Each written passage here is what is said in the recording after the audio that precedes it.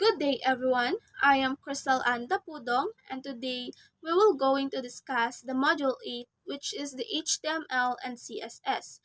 My report will cover the history of HTML, its simple structures, HTML tag, web browsers, and HTML editors. But before that, let us define first what is HTML. So HTML or the Hypertext Markup Language is the only markup language that creates web pages. It provides structures like the titles, headings, paragraphs, lists, tables, and embedded images. HTML was developed by Tim Berners-Lee, isang physicist sa CERN. So ang CERN is isang European Organization for Nuclear Research. So isa itong samahan ng mga scientists. So na-develop ni Tim Berners-Lee ang HTML nung siya ay nagtatrabaho sa CERN. He aimed to create an easy way to access and share documents over the internet. HTML has evolved significantly, becoming the foundation for web developers. So let's now talk about the history of HTML. So nabanggit ko na rin kanina na ang HTML ay na-develop ni Tim Berners-Lee nung siya ay nagtatrabaho sa CERN. So ilan pa sa mga na-invent niya is ang www or the World Wide Web, the URL system, and the HTTP. So unang na-develop ang HTML taong 1991 but it is stated here na hindi siya officially na-release. Why? Dahil ang HTML na ito is nasa development stage pa lamang. So, it means kinakailangan pang tingnan kung ano pa dapat yung kinakailangang baguhin at kung ano yung mga features na dapat nilalaman ng HTML na ito. And isa pa sa dahilan is create niya itong HTML as part of his World Wide Web project and it was just a draft or prototype proposal. And it lacked features like the tables, forms, and multimedia support. Kaya hindi pa isinapubliko itong HTML na na-develop taong 1991. Then year 1995, nung na-publish na ang HTML, but as HTML 2.0. So mamaya, maidi-discuss natin kung ano yung mga features na nilalaman nitong HTML 2.0. Then, year 1999, nung na-develop naman ang HTML 4.01. So, HTML has evolved with various versions, allowing its user to create web pages in much easier and prettier way. So let's now talk about the different versions of HTML. So the first one is the HTML 1.0 that was published in year 1993. So itong version na ito is purely text-based version lamang. It is intended to share informations which can be readable and accessible. So itong version na ito is plain text lamang, walang kahit na anong nagpapaganda like walang styles, walang colors, at walang fonts. But, meron itong mga basic formattings like yung headings, titles, and images. So, the next one is the HTML 2.0 that was published in year 1995. So, it is the standardized language of HTML and kung ano yung features na nakapaloob or nilalaman ng HTML 1.0 is nandito din sa version na ito. And meron lamang na-add na mga bagong features like the interactive buttons, input fields, tables, and images. So the next version is the HTML 3.0. It was an unofficial draft introduced by Dave Ragged. So si Dave Ragged is isang British computer scientist who played major role in the development of HTML. This versions has improved features like better tables, forms, text formatting, and meron na din siyang math support or yung mathematical equations. But due to its complexity, dahil nga mas naging complex na yung mga features na naidagdag or nilalaman ng version na ito, hindi ito fully na na-adapt. But yung best features ng HTML na ito is na-include sa HTML 3.2 na naipublish noong 1997. So the next one is the HTML 4.01 that was published in late 1999. So ito na yung version na mas pinaganda at mas pinatibay. Ito na rin yung version na sumikat bago na-develop yung HTML5. So dito na rin na-apply yung CSS or the cascading style sheets. It is used to control the design and layout of a web page. It makes website more attractive, responsive, and easier to manage. CSS separates content from its design. It means ang HTML ang naghahandle ng content like the text, headings, and images, while the CSS handles the designs like the fonts, colors, styles, and the appearance. So the last one is the HTML5, which is the extended version of HTML 4.01 that was published in year 2012. It is the latest version of HTML. So itong version na ito is ginagamit pa rin up until now ng mga gumagawa ng web pages or ng mga nagre-create ng websites. So it introduced new elements like multimedia support, better performance, and mobile-friendly features. Like, in short, pwede na tayo maglagay dito ng mga videos and images nang walang problema. So hindi na ito nahihirapang mag-handle ng mga complex elements. So that is the history of HTML. So we have the HTML 1.0 that was published in 1991, HTML 2.0 that was published in 1995, the HTML 3.0 and the HTML 3.2 that was published in 1997, the HTML 4.01 that was published in late 1999, and the HTML5 which is na-published noong 2012. So the next topic that I'll discuss is the simple HTML document. So dito mapapag-usapan na natin kung ano yung nilalaman ng isang document. So the first one is a doctype HTML. So this tells the browser that we are using an HTML5. So the HTML5, which I have mentioned earlier, is the latest version of HTML. So ang doctype HTML is a declaration that we are using an HTML document. So hindi ito isang HTML tag kundi isang instruction sa browser na ang ating file is isang HTML document. So hindi pwedeng mawala ang doctype HTML dahil maaaring magkaroon ng error o hindi gagana ang isang web page. So makikita natin ang doctype HTML sa pinakataas na part ng ating HTML document. So the next one is the HTML. So it is the root element of an HTML page. So ibig sabihin lahat ng content ng web page is nandito sa HTML like yung head and body. So ito yung pinakaunang HTML tag bukod sa doctype HTML and ito yung nagsisilbing balangkas or skeletal structure ng isang web page. So hindi pwedeng mawala ang HTML dahil kapag wala ang HTML, walang magiging head and body. So the next one is the head. So it contains the meta information about the web page. So ang head is mahalagang bahagi ng isang HTML document dahil dito nakapaloob ang title, descriptions, and keywords. So hindi pwedeng mawala ang head dahil ito ay mahalaga sa browser and search engines. Ito yung isa sa mga nire-read ni browser. So the next one is the title. So ito ay isang mahalagang bahagi ng HTML tag at ginagamit ito upang tukuyin ang pamagat ng isang web page. So makikita ang title tag sa head section ng isang HTML document and ang title tag is hindi direktang makikita sa mismong web page kundi sa title bar or sa tab ng browser.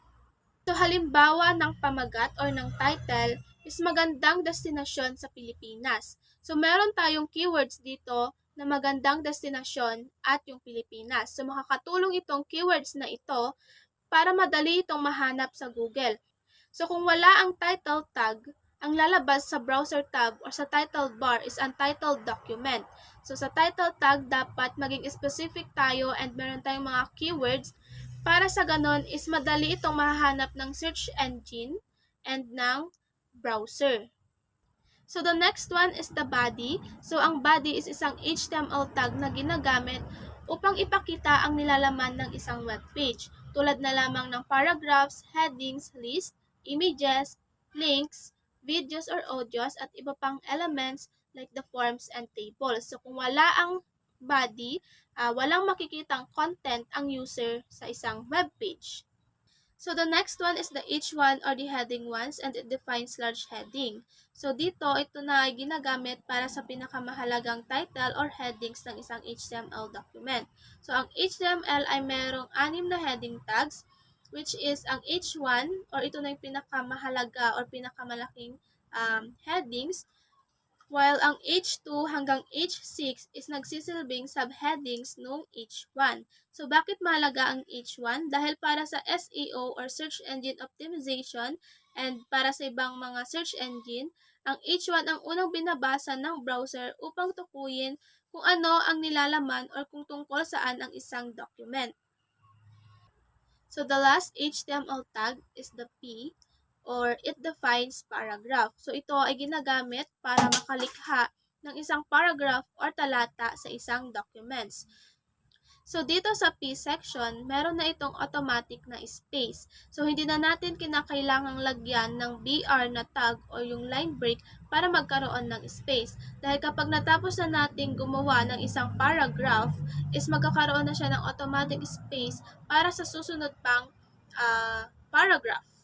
So that is the simple structure of the document. So we have the doc type HTML, head, title, body, H1, and P or paragraph. So let's now proceed to our next topic, which is the HTML tags. So ang HTML tags are elements named surrounded by angle brackets. So ang HTML tags ay mga code na ginagamit upang ipakita ang nilalaman ng isang web page. So if mapapansin nyo sa ating previous slide or previous discussion, which is the simple structure of the documents, makikita nyo dito like yung HTML, P, body, H1, title. So, ang tawag doon is HTML tags na naka-enclose sa angle brackets. So, ang angle brackets are usually makikita natin sa computer programming or sa mathematical equations, which is the greater than or less than sign. HTML tag has two pairs, which is the opening tags and closing tags. So, ang opening tag at closing tag ay parehas lang, but the difference is, ang closing tag is meron na siyang forward or slash sign bago yung mismong text. So, ang opening tag, it indicates beginning or start, and closing tag, it indicates na tapos na or wala nang kasunod yung mismong content or yung text. So the next topic that I am going to discuss is the web browser. So ang web browser ay isang software na ginagamit para basahin at ipakita ang HTML document ng isang web page.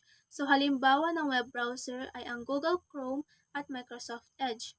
So paano pinapakita ni browser ang HTML? So kapag in-input natin yung file sa isang web browser, for example is sa Google Chrome, hindi yung mismong HTML tag ang ipapakita ni browser, kundi kung ano yung nilalaman ng HTML tag. Dahil ang purpose lang ni HTML tag is to structure the content of the documents, and ang web browser naman is inaayos niya o tinatanggal niya yung HTML tags, and yung mismong content na lang yung ipapakita niya sa user ng web page. So the last topic that I'll discuss is the HTML editors. So web pages can be created and modified by using professional HTML editors. So here are the examples of HTML editors. So we have here the Notepad++, TextEdit, and the VS Code or the Visual Studio Code. So the first one is the Notepad++. So it is free and open source text editor na ginagamit para sa pag-i-edit ng source code at iba pang plain text files. So ito ay mas advanced na version ng built-in na Notepad sa Windows, and mas marami itong advanced na features na nakakatulong para sa mga programmers at web developers. So, ang Notepad++ ay may syntax highlighting. So, every code nagkakaroon ito ng iba't ibang kulay para mas madaling basahin at i-debug. I-debug, it means tinutukoy niya at inaayos kung meron bang error sa programming para mas gumana ito ng maayos. Sa syntax highlighting naman, so kung ikaw ay magko-code sa HTML, yung mismong tags ang may kulay, kaysa doon sa text content. Notepad++ ay meron ding multi-tab support. So dito kahit magbukas ka ng sabay-sabay ng file sa isang window is okay lang and walang problema. Meron din itong auto-completion. So kapag tayo ay nagko-code, merong mga lumalabas na suggestions like keywords and names. So ito ay para mas mapadali yung ating pagko-coding. Meron rin itong support mula sa iba't ibang programming languages like the JavaScript, CSS, and HTML, and other programming languages. So, ang Notepad++ is lightweight and mabilis na gamitin, and meron din itong search features. So, ang Notepad++ ay hindi isang built-in na software sa isang window. So, kinakailangan natin pa itong i-download or i-install mula sa isang website. Hindi katulad ng Notepad na built-in na siya, automatic na meron na siya sa isang computer. So, the next one is the text edit. So, ito na yung built-in na text editor sa Mac computers. So, ito ay katumbas na nung Notepad na sinasabi ko kanina. So, itong text edit na ito is meron lamang siyang mga basic HTML editing and wala siyang mga syntax highlighting. So, ito ay ginagamit lang para sa mga simple HTML files. So, sa text edit, meron din itong plain text and rich text mode. Sa plain text is para lamang ito sa mga simpleng HTML files, and ang rich text mode naman is para sa mga text na merong mga simple styles like yung bold, italic, underline, and images. So the last one is the VS Code or the Visual Studio Code. So it is a free and open source code editor na ginawa ng Microsoft. So meron din itong mga advanced features like the syntax highlighting, multi-tab support, and multi-file support. Meron din siyang auto-completion, and kapareha siya ng Notepad++ na may mga advanced features, kaya maganda itong gamitin para sa pagko-coding at para sa pag-i-edit ng mga files. So kung gusto natin na mas mapadali at mas gumaan yung pag-edit natin or pag-coding ng isang files, so maaari natin gamitin itong mga HTML editors like the Notepad++, VS Code, and the Text Edit. So, hello everyone. I am Vincent Gotango from Team 8, your second presenter in this video. Before we start our discussion, ano nga ba yung mga nilalaman ng gusto ko munang sabihin at sa inyo na kung ano nga ba yung nilalaman ng aking video or presentation po. So, first thing na malaman po natin is aalamin po natin ang pagsulat or writing an HTML using Notepad. And second is a basic formatting tags, empty HTML elements or HTML elements. The fourth, HTML attributes, and the last one is HTML comments na later on. Marami po tayong malalaman dito, so kailangan po nating makinig. So let's start. So in writing an HTML or modifying a web page, you can use any professional HTML editors. But when you're learning an HTML, you should start with a simple text editor. Example na lang po natin itong HTML, ay yung Notepad po when we're writing an HTML. So, paano nga ba magsulat ng isang HTML sa Notepad? Here are the 4 steps na ating susundan para makagawa ng HTML gamit ang Notepad.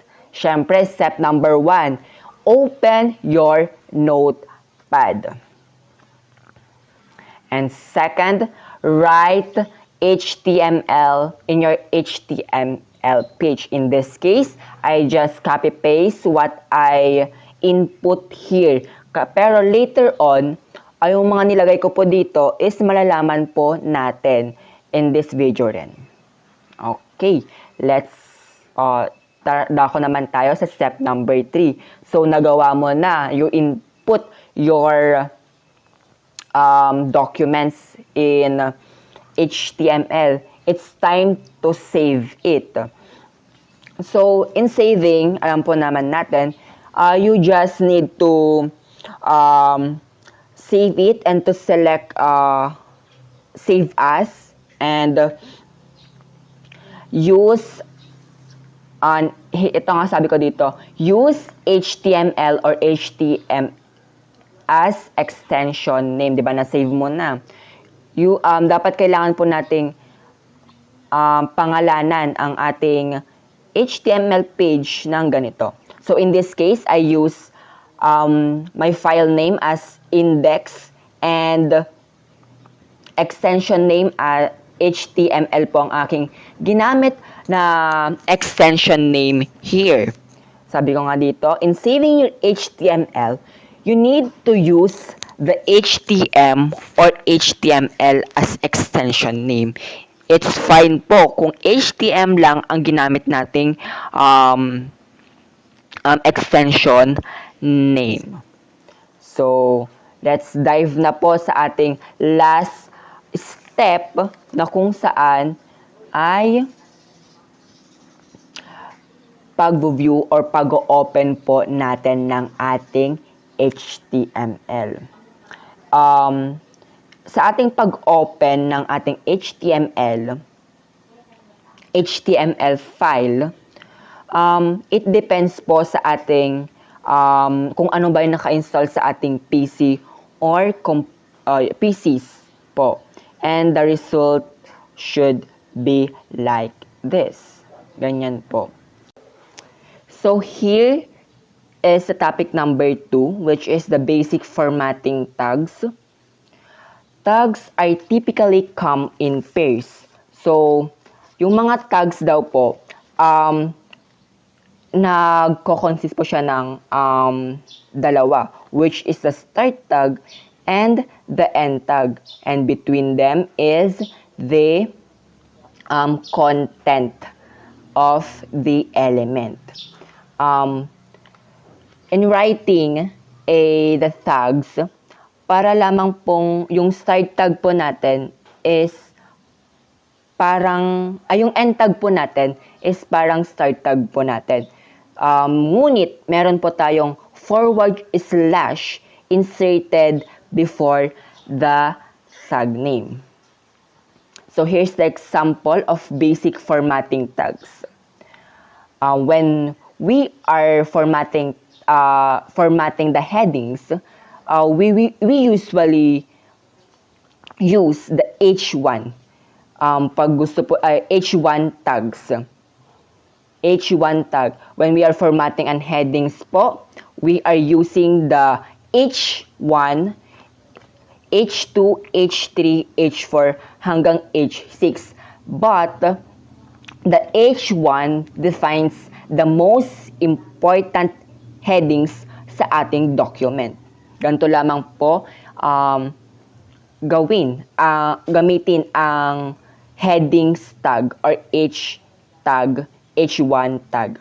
Siyempre, meron po tayong start tag, which is the H1, the end tag na parang pareho lamang po sa ating start tag, pero meron po tayong forward slash before our tag name. So, meron naman po dito sa ating example number 2, ang paragraph or the P tag. When we are formatting a paragraph, we're using the P tag. P tag. Ito po, P tag as our start tag is slash P tag as our end tag. Ganyan lamang po. Gamitin ang P tag or the paragraph tag. Now, let's proceed naman po sa ating next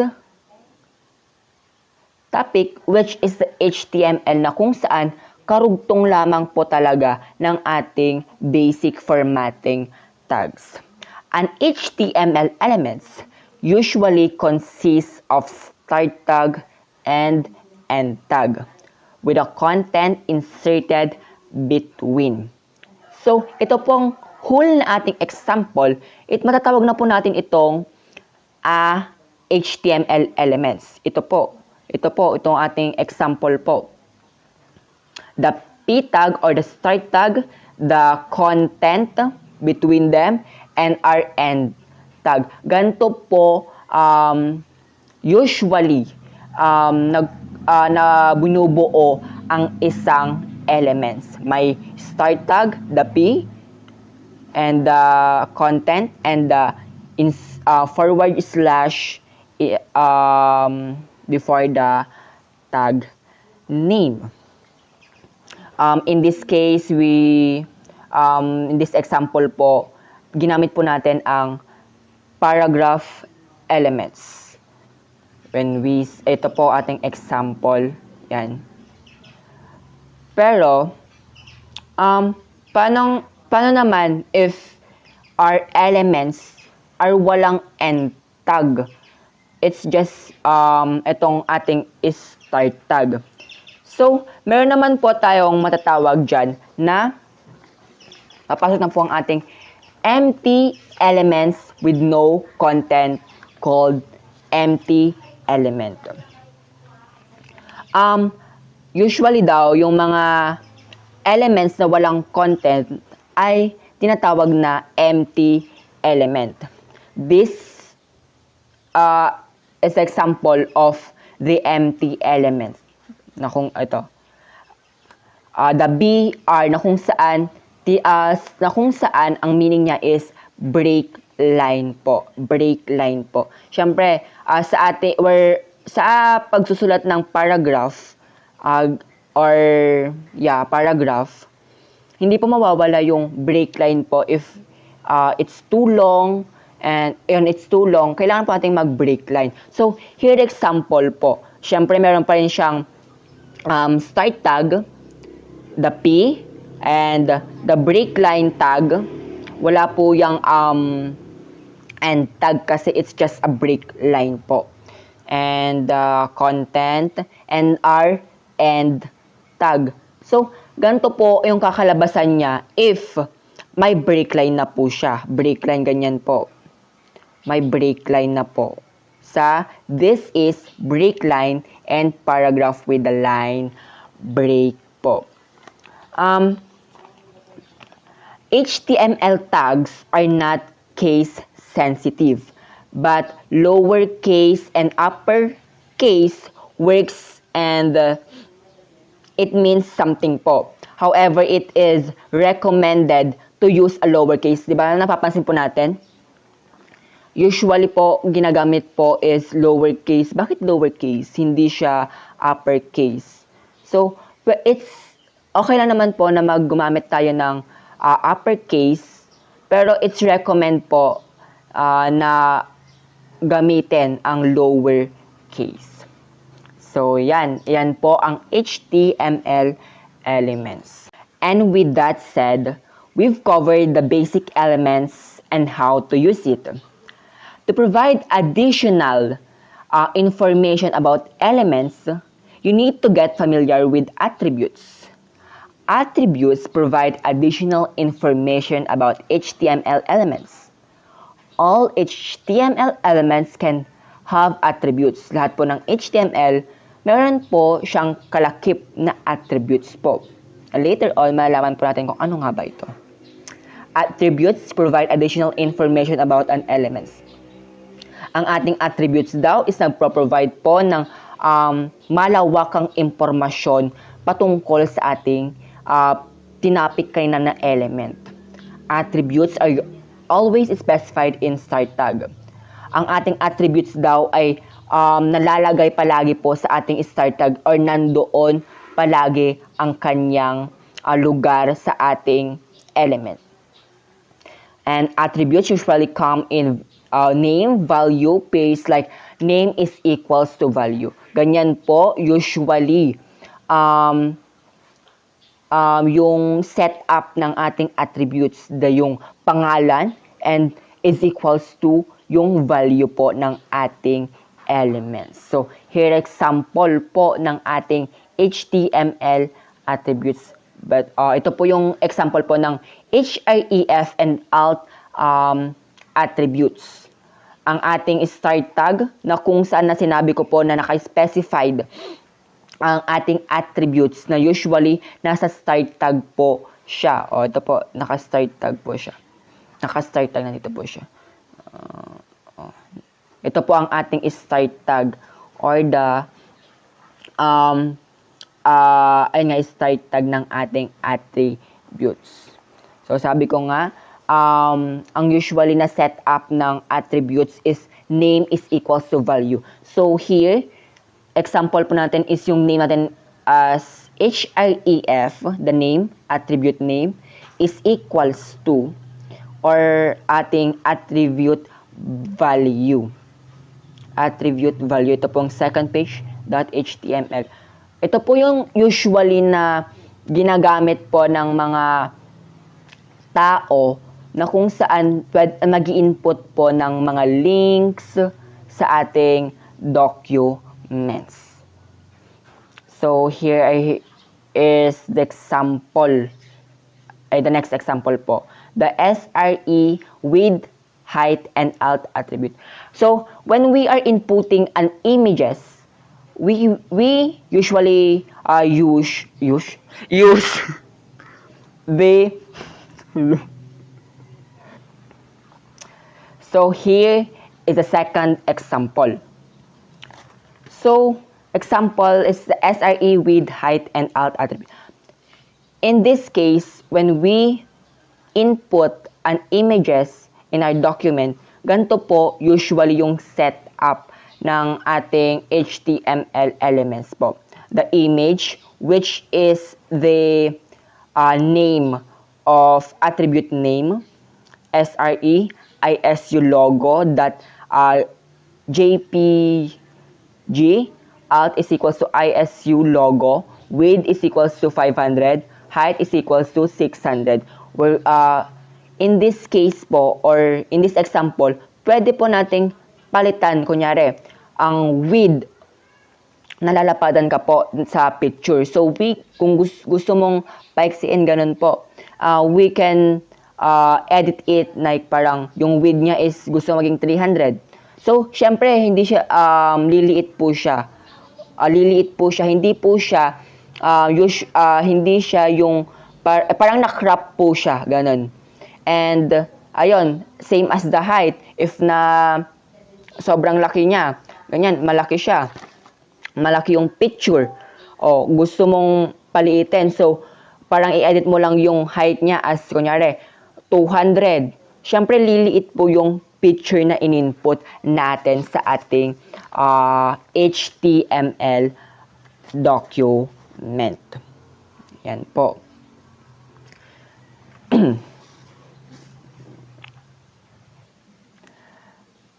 Ngayon, maliwanag na po sa atin kung ano nga ba ang ating HTML attributes, should I say. So, let's proceed naman po sa ating last topic na kung saan the HTML comments. HTML comments, hindi po siya yung usually na ating comments na alam kung saan yung YouTube comments, Facebook comments, or other platform po sa ating phone. This HTML comments, which are used to insert comments in the HTML source code. HTML comments in the HTML codes. Sabi nga dito, you can add comments to your HTML source by using this syntax or this kind. Ito po, nasa baba po natin, ito po yung ginagamit or usually, yung ginagamit in inputting your comments in a HTML. But make sure to note that there is an exclamation point in the opening tag but not in the closing tag. As we can see naman po dito, meron pong siyang exclamation point sa ating start tag. Pero wala po siyang exclamation point dito sa end tag. So, exclamation point, dash, dash, your comment between them, and the end tag, which is the slash is slash. Ito po yung mga HTML comments are used to help the document, should I say, to help document your HTML source code.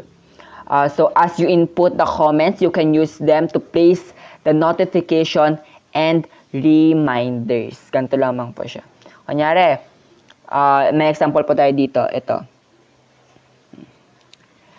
Gusto mong maglagay ng comment dito sa ating paragraph element na kung saan sabi niya, this is a paragraph.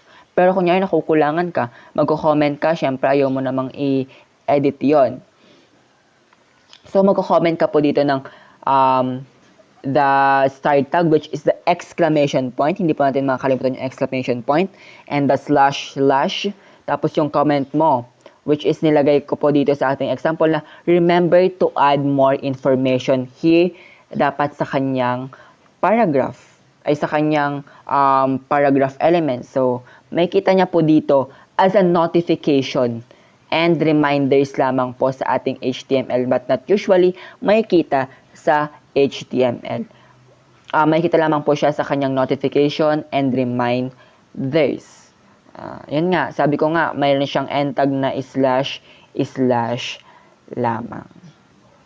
And now with that, na-discuss na po natin ang 5 topic sa aking presentation na kung saan yung una is the basic or yung writing pala, writing using the notepad. Meron po siyang first step, sinabi ko po kanina. The second one is the basic formatting tags, the headings tags and paragraph tags, the element tags, HTML elements na usually come in pairs, the start tag and the end tag, but the end tag, meron po siyang forward slash before the tag name, and the fourth, meron pa rin yung sa ating HTML elements na meron rin tayong tinatawag na empty HTML elements na kung saan tinatawag nating break line, and usually wala siyang end tag. And the fourth one is the HTML attributes na kung saan rin usually ginagamit for inserting links, images na kung gusto mong ipaliitin, palakihin, or you can edit it. And the last one is the HTML comments na kung gusto mong mag-comment sa kanyang HTML. And yun nga, pero hindi natin makakalimutan dapat yung syntax niya, which is the exclamation point. So, ayun lamang. Salamat sa pakikinig. Thank you. HTML formatting. Formatting elements were designed to display special types of text. H is bold text, strong is important text, I italic text, M emphasized text, marked text, small text, del deleted text, inserted text, subscript text, superscript. HTML table. An HTML table is defined with the table tag. Each table row is defined with the tr tag. A table header is defined with the th tag. By default, table heading are bold and centered. A table data cell is defined with the td tag. They can contain all sorts of HTML elements, text, image, list, other table, and etc. These are the example of table. Define the table with the table elements. Define rows with the tr elements. Add heading with the th elements. Add table data with the td element. Adding a border. Border attribute is used to add a border around the table cells. The border attribute of table is not a support in HTML5, use CSS instead. Like for example is use a border attribute directly in a table tags. Merging cell. To the merge two or more cells table cells together. Use the call span attribute in a HTML tag. Example is use the call span attribute within the TD tag, not the TH tag. HTML style. The HTML style attribute syntax, like for example, is start with the style followed by an equal sign and then finally use double quotes, which contains the value of the attribute. Where, like for example, is in the head section of an HTML page within a style element. Good day to all of us. I am Vilmer Harnal Marzan from the Bachelor of Physical Education 1A, and nandito ako para i-discuss sa inyo kung ano nga ba yung mga kailangan nating in-notes or mga kailangan nating tandaan kapag mag-input tayo ng mga elements sa ating mga websites. Okay, bago tayo magsimula sa ating diskusyon, hayaan nyo muna akong banggitin kung ano nga ba yung mga pag-uusapan natin sa diskusyong ito. Una is HTML background color, HTML text color, HTML fonts, HTML text size, HTML alignment, and HTML with CSS. Okay, so our first topic is HTML background color. HTML background color is an essential aspect of a web design that enhances the appearance, readability, and user experience of a web page. Kapag pipili tayo ng mga background colors, kailangan clear siya, hindi siya masakit sa mata, and kailangan nakikita pa rin yung mga elements na nasa loob ng ating website, and dapat din nating i-consider kung ano nga ba yung mga preferable na background colors ng ating mga target users sa ating mga websites, parang sa Facebook, kapag nag-i-scroll tayo sa homepage nito is may options tayo kung gagamit ba tayo ng dark and light mode. And kapag kasi masakit sa mata masyado yung background color ng isang websites, probably na walang gagamit, walang bababad, or walang tatangkilik sa website na ating gagawin. Next topic is HTML text color. HTML text color is an important aspect of web design to enhance the readability, improve the aesthetics, and create a user-friendly experience. Kapag pipili naman tayo ng mga text colors natin is dapat kailangan nating pumili ng mga clear, hindi masakit sa mata, and especially babagay siya sa ating background color, and hindi din siya hindi siya nagko-camouflage sa ating background color. Meron tayong mga iba't ibang text colors na ginagamit sa ating mga web pages. First is ang black. Ginagamit natin ito kapag white yung background, and ito yung mga karaniwang ginagamit natin or karaniwang nakikita natin sa mga web pages.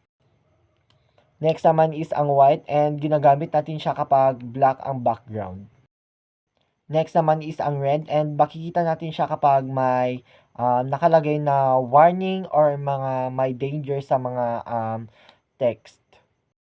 And next naman is ang blue, and makikita natin siya kapag may mga link na nakapaste sa mga websites na ating mga binibisita.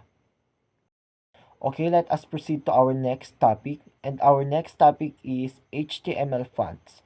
HTML fonts are used to control the appearance of text on a web page. They significantly impact a web page branding, readability, and overall aesthetic appeal. Kapag pipili naman tayo ng fonts na ating gagamitin sa ating mga websites, kailangan clear siya and nababasa ng ating mga target users, para hindi sila magkaroon ng confusion sa ating mga nilalagay na elements dito. And dapat by paragraph din sana is para-perohan ng fonts para maging uniform siya and malinis tignan. Kailangan din nating isipin ang visual appeal ng ating mga ilalagay na elements sa ating websites. Okay, let us proceed to our next topic, which is the text size. Text size refers to the height of the text characters displayed on the web page. It determines how large or small the text appears. Kapag magse-set naman tayo ng ating mga text sizes, kailangan nababasa pa rin ito ng ating target users or kahit ilang taon pa ang babasa nito. Okay, let us proceed to our next topic, which is the HTML alignment. HTML alignment controls the horizontal and vertical positioning of a text, images, and other elements on a web page. Kapag naman magpa-plot tayo or mag-a-align ng mga elements natin sa web page, kailangan din nating isipin yung overall na visual appeal ng ating presentation, and kailangan nating siguruhin kung pantay ba yung mga text or kung even ba yung mga spaces ng images, kung masyado na bang malaki yung mga images, kung pantay-pantay ba ang laki nito, and kailangan nating isipin na hindi dapat na aglalaban sa Ilocano, and kailangan nating isipin talaga yung overall na visual appeal ng ating web page. Okay, let us now proceed to the last topic, which is the HTML with CSS or cascading style sheets. CSS styles and enhances the appearance of HTML elements including colors, fonts, layouts, and responsiveness. So in generally speaking, ito yung magiging base ng ating mga websites kung maganda ba ang pagkakaplat ng ating mga elements sa ating website. Kumbaga, ito na yung complete package ng mga elements na nabanggit natin nung una, And kasi nandito na yung fonts, colors, and responsiveness. And I think that is the end of my discussion. I am Vilmer Harnal Marzan from the Bachelor of Physical Education 1A. So now before I start, I would like to introduce myself. I am Francesca Andrea Antalan, and I will discuss about the inline CSS, the internal CSS, external CSS, CSS fonts, border, and CSS cell padding and alignment. Inline CSS. So inline CSS is a way to apply styles to an HTML document by including CSS rules within a style tag inside the head section of the document. So now I have here an example of inline CSS. So the style attribute is added to the HTML tag in this case. So inside the style attribute, you write CSS properties and their values separated by semicolons. So each property value pair follows this format. Okay, so inline CSS is best for testing or making very small, specific changes. For larger projects, internal or external CSS is usually the better choice. So now let's go to internal CSS. Okay, so internal CSS is a way to style an HTML document by adding CSS rules inside a style tag within the head section of the page. So it applies styles to multiple elements on the same page but does not affect other pages. Okay, for an example here, the internal CSS inside style applies styles to the entire page. Okay, so the body background is set to light blue. The H1 text appears in dark blue and at a larger font size. This method keeps styles organized but only works for a single HTML file. Okay, next, external CSS. Okay, so external CSS is when you store your CSS styles in a separate file and link it to your HTML document.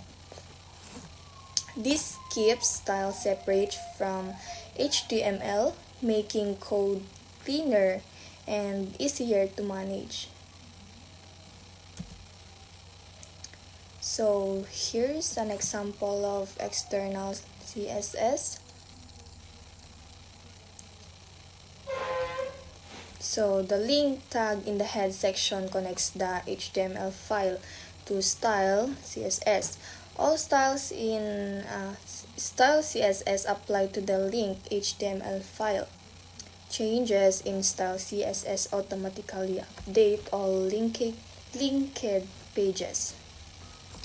So external CSS is the preferred method for large projects, websites, and when maintaining a consistent design across multiple pages. Now, let's proceed to CSS fonts. CSS fonts allow you to define the style, size, and weight of text on a web page, enhancing readability and design. This helps improve readability and design consistency across web pages.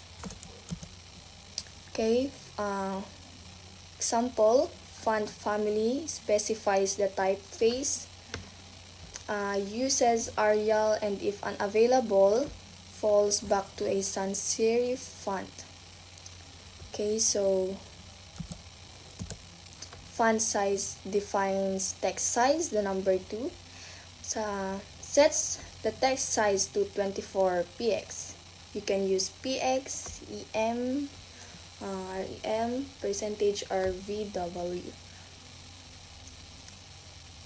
Okay, so the number 3 is the font weight, controls text thickness. So it makes the text bold. Values can be normal, bold, or numerical. So 4, we have here the font style. Sets normal, italic, or oblique text. So it italicizes the text. And last, the text transformation changes text case. It converts text to uppercase, other values, lowercase or capitalized. Now let's proceed to border. Okay, so border allows you to add lines around elements, defining their width, style, and color to improve the layout and design. So borders can have different styles, colors, and width. Okay, for an example, the basic border combines width, style, and color in one line. So 2px, the thickness of the border, solid, the style of the border, which creates a continuous line, and the black, the color of the border. So this adds a 2-pixel solid black border around all elements.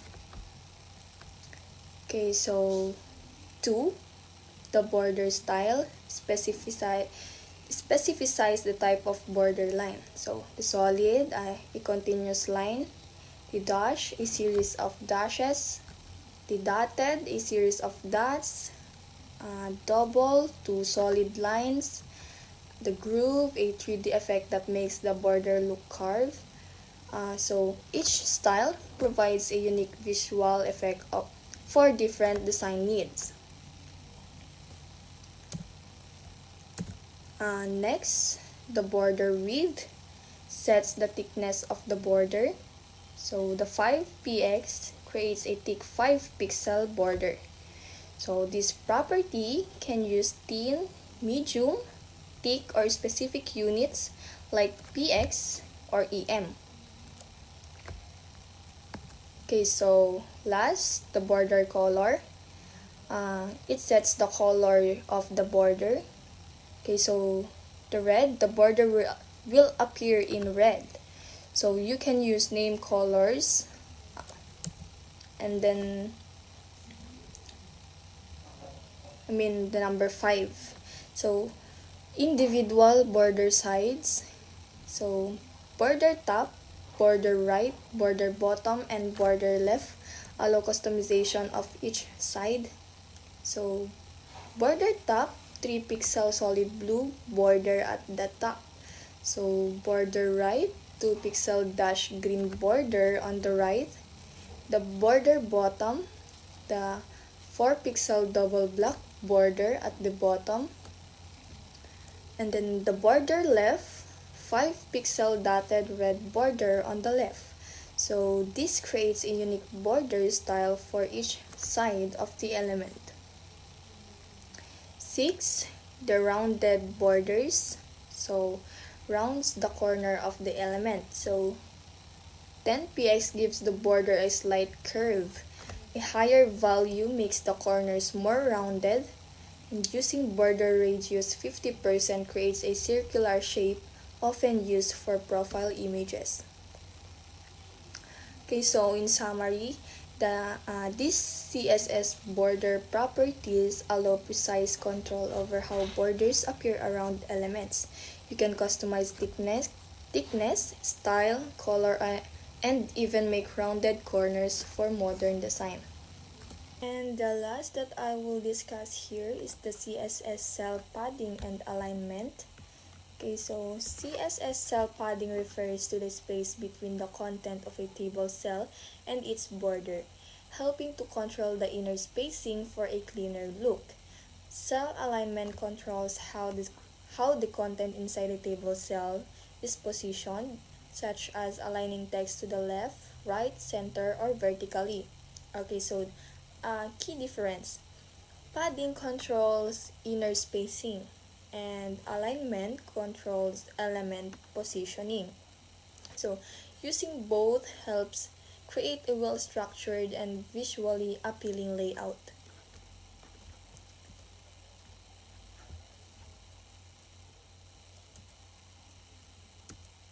So, for padding example, padding 20px adds 20 pixels of space inside the div, pushing content away from the border. Okay, so border 2px solid black makes the border visible to see the padding effect. So padding helps create breathing room inside elements for better readability. So next, the text alignment example.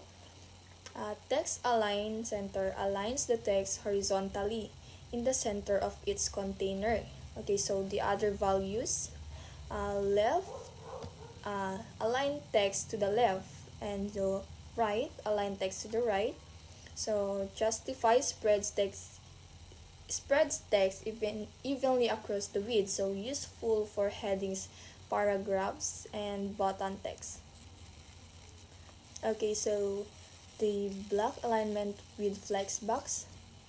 Okay, so this is commonly used for centering elements inside the div or full page layouts. So that's all that I will discuss here.